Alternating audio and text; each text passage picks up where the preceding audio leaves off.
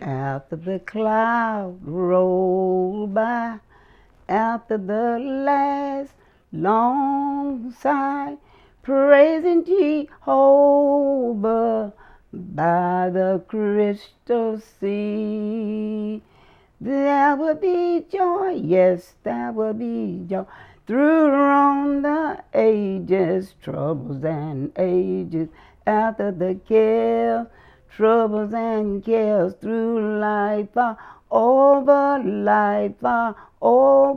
When we have reached, yes, when we have reached that land of Beulah, land of Beulah, there will be joy, yes, there will be joy forevermore. My name is Charity King Maple.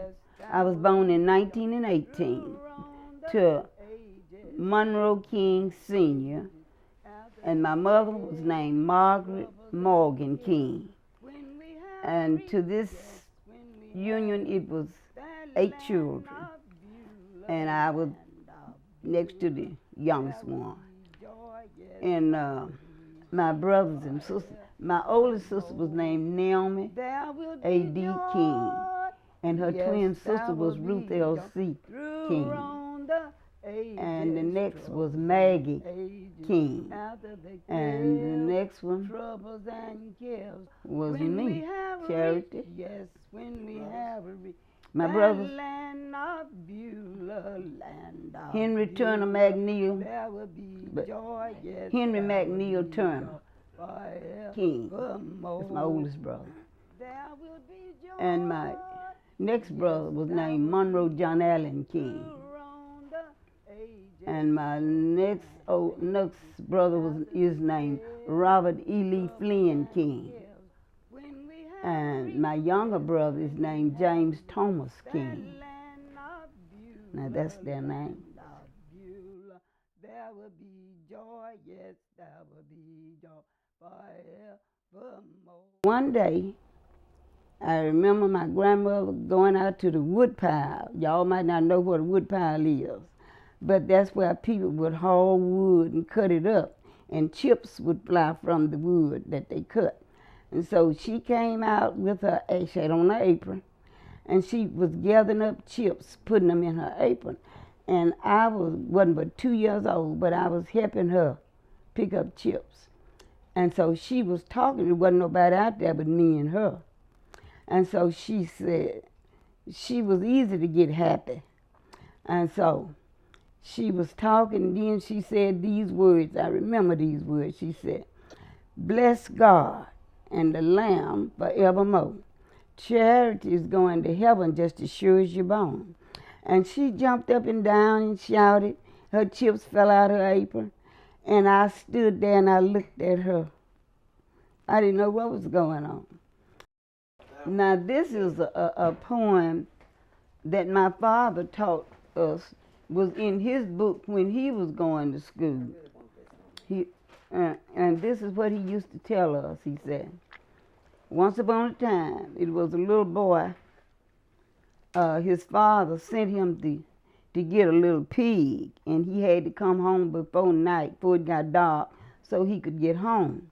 And so it got dark before he went across that bridge, and so the little boy told the pig, he said, "Little pig, go across the bridge so I can get home tonight."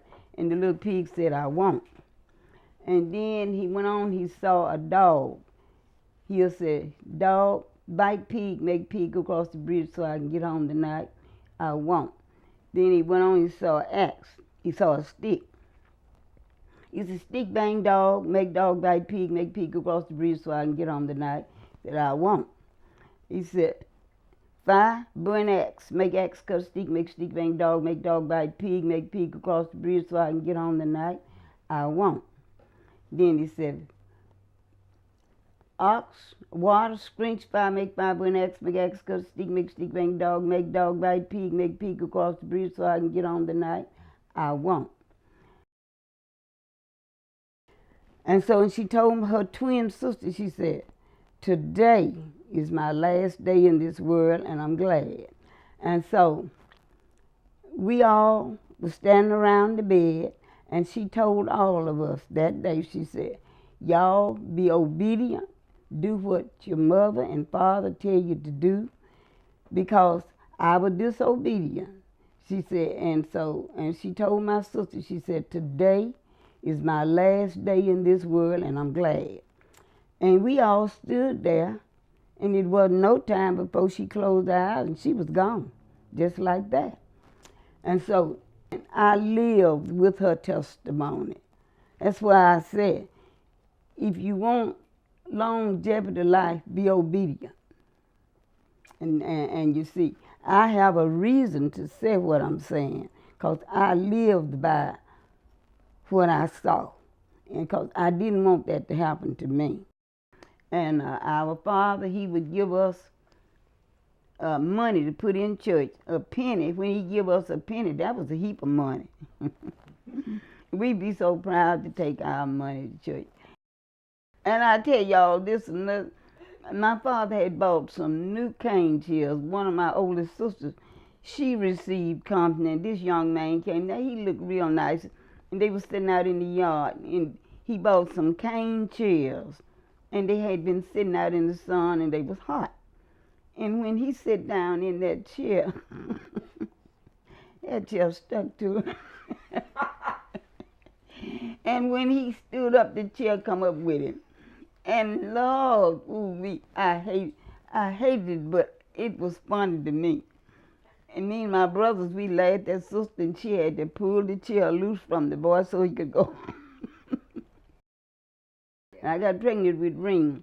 I was at Papa's house, and one of his sisters came there, and she had been studying about Samuel, Hannah and Samuel.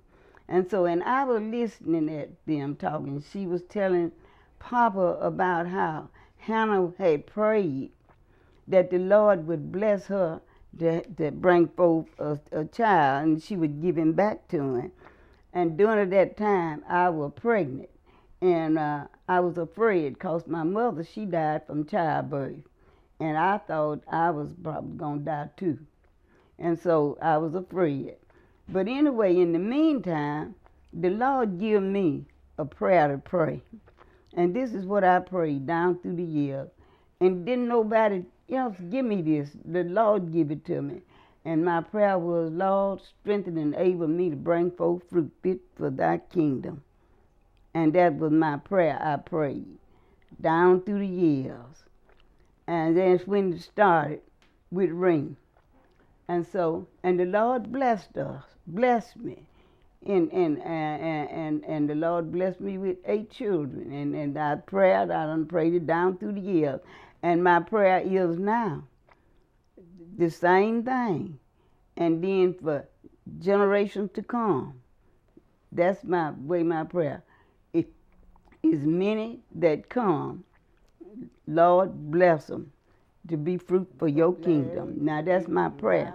And I prayed that prayer down through the years, even to now. Way to the hearts on the ear. Oh Lord, have mercy, Lord. Oh Lord, have mercy.